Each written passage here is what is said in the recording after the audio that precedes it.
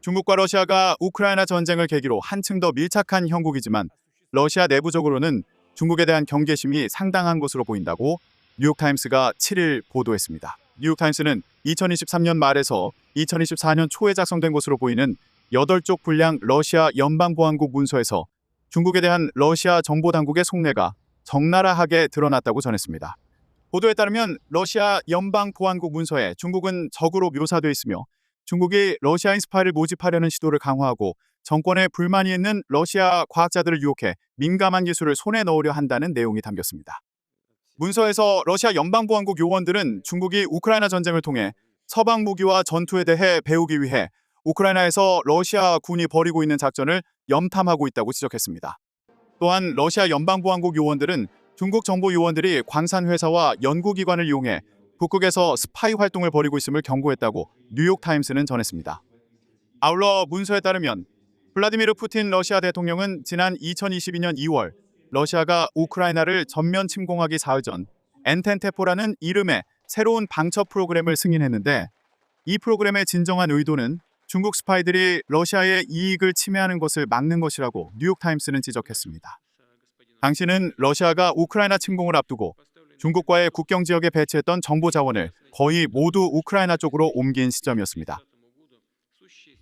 러시아 입장에서는 자신들이 우크라이나 전쟁에 몰두하는 상황을 중국이 이용할 수 있다는 우려 속에 대중국 방첩 활동을 강화했을 수 있는 것입니다. 문서에 따르면 러시아 연방보안국은 우크라이나 전쟁 개시 이후 자신들이 우려한 대로 중국 정보 요원들이 러시아 공무원, 전문가, 언론인, 업계 인사 등을 스파이로 포섭하려는 노력을 강화한 정황을 포착하고 중요한 전략 정보가 중국으로 가는 것을 막으라고 요원들에게 지시했습니다. 러시아군이 우크라이나로 진격한 시점에 중국 정보기관과 연결된 중국 연구소나 중국 방산기업 인사들이 러시아로 몰려들었는데 이들의 목적은 러시아와 우크라이나 간 전쟁을 더 잘 이해하기 위함이었다고 문서는 평가했습니다. 이와 함께 중국은 드론을 활용한 전투 방법과 새로운 형태의 서방 무기에 대한 대응 방법 등에 대한 정보에 특히 관심을 보였다고 문서는 지적했습니다. 또한 러시아 연방보안국 문서는 중국이 우크라이나 전쟁 와중에 서방의 제재를 우회할 수 있는 공급망 수립을 러시아에 제안했으며 드론과 다른 첨단 기술 군사 장비 생산에 참여하겠다는 제안을 했음을 보여준다고 뉴욕타임스는 전했습니다. 뉴욕타임스가 전한 러시아 연방보안국 문서 내용은 러시아와 중국이 블라디미르 푸틴 대통령과 시진핑 국가주석 간의 긴밀한 관계 속에 전략적 공조를 강화하고 있지만 구소련 시절 사회주의 진영 내 패권을 놓고 갈등했을 때 불신이 여전히 남아있음을 보여주는 것으로 풀이됩니다. 또 러시아 입장에서 중국에 대한 깊은 불신을 가지고 있음에도 우크라이나 전쟁 계기에 중국과의 협력을 강화한 것은 러시아의 절박함을 보여주는 측면이 있어 보입니다.